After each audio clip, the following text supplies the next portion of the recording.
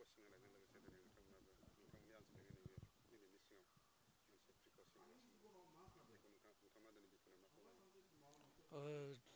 दिनैहाय सान्तिपुर दालाइ दुलाराय बर' फरायसा आफादा जे सान्तिपुराव जे गोजौ फरायसालि बेयाव दिनैहाय ओनसोलनि जे क्लास 9 आरो 10 खौ लानानै दिनैहाय प्रि कचिं केम्प बानायदों।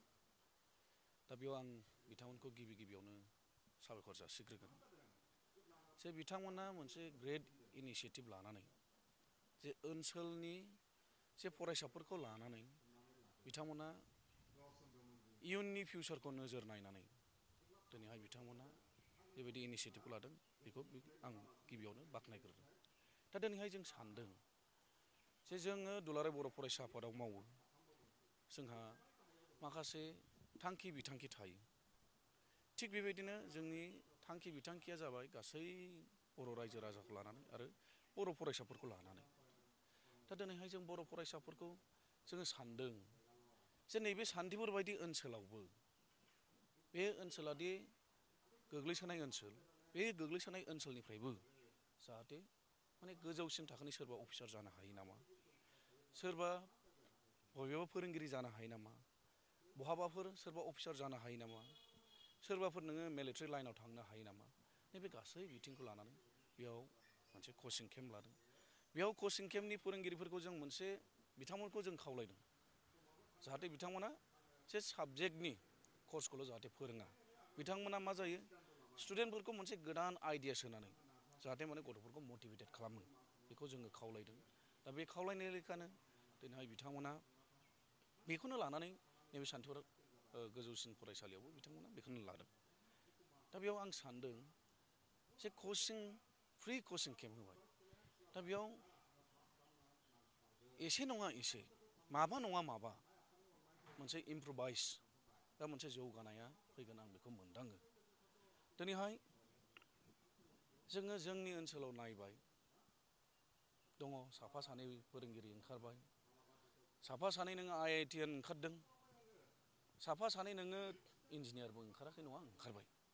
बेफोर गासैखौबो नायोब्ला बेयाव नोङो गारजेननि जोथोनजों, फरायसानि नाजानायजों आरो फरायसालिनि फोरोंगिरिफोरनि नाजानायजों लोगोसे दुलाराय बर' फरायसा आफादनि नांथाबनायनि गेजेरजों आरो बिथांमोनखौ मालाबा अरियेन्टेसन प्रग्राम, मालाबा केरियार काउन्सिलिं, मटिभेसननि गेजेरजों एसेब्लाबो बिथांमोनखौ मदद होदों जोङो मोनदाङो। आं बेखिनिखौ बुंदों। लोगोसे जे जोङो जे जोंनि फरायसाफोरखौ जोङो नायदों दिनैहाय नैबायदि ग्लबेल वार्मिंआव बेबायदि AIनि जुगाव दिनैहाय जोंनि जे बर' जाथिखौबो बा जोंनि बर' फरायसाफोरखौबो बै गुबुन जाथि जौगानाय जाथिफोरबायदि जोङो खारफाहोनो हायो नामा, जों बेबायदि मोनसे प्लेन पलिसिजों स्ट्रेटेजिजों जोङो लाबोबाय थादों। दिनैहाय जों साननांगोन जे जों बुंबाय थादों AIनि जुग, ग्लबेलाइजेसननि जुग जों बुंदों, नाथाय जोंनि फंबाय बिनानावमोनाथ' मिथियाना। दा बिथांमोनखौ जों मारैबा नोङो एन्टि ससियेल एक्टिभिटिस जे नोङो ड्राग्सनिफ्राय जों जानगाराव दोननो हायो नामा, जे दिनैहाय नोङो गभर्नमेन्टनि नर्म्स बायदियै दिनैहाय नोङो मा जाबाय गरम बन्द होदों। थिग আছে गरम बन्दआव बिथांमोना मा मावनानै थागोन, बिथांमोना न'आव आइदोलै थानोबो हागौ ना। दा न'आव आइदोलै थास्लायस्लाय नों बाव फरायसालियाव फैनानै नों कचिंआव फैनानै मा जाबाय गोदान आइडिया मोननायालाय नोंनि थाखायलाय माथो गाज्रि जानो।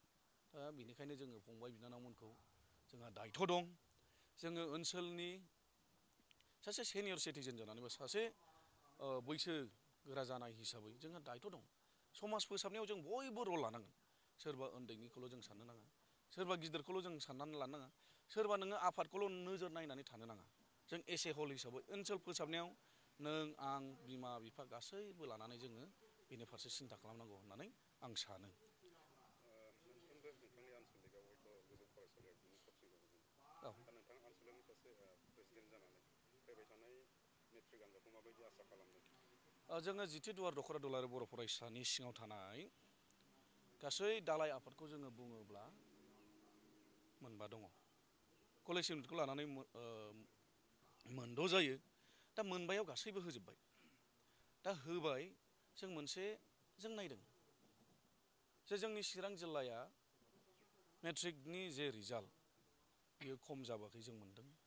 जोङो नै थांनाय बोसोराव जोङो एथ' गाहायावबो नङा आरो गोजौसिनावबो जों मासि मोननो हायाखै।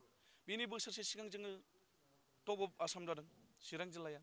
थिग बेबायदिनो जोंनि नैबे टेन्डर ओनसोलावबो जोङो नायदों, जोङो नायनानै जोंनि ओनसोलावबो जों नुदों आरो देग्लायबो आसा खालामदों जे देग्लायबो जे फरायसाफ्रा गोसो होनानै नाजायोब्ला आरो गारजेनफ्रा इनिसियेटिभ लायोबा, जोथोन लायोब्ला थांनाय बोसोराव माबायदि रिजाल्ट जादोंमोन देग्लायबो जों बेबायदि रिजाल्टखौ मोनगोन होननानै आङो फोथायो आरो बियो एकदम 100% जागोन आं बेखौ फोथायनानै दङ।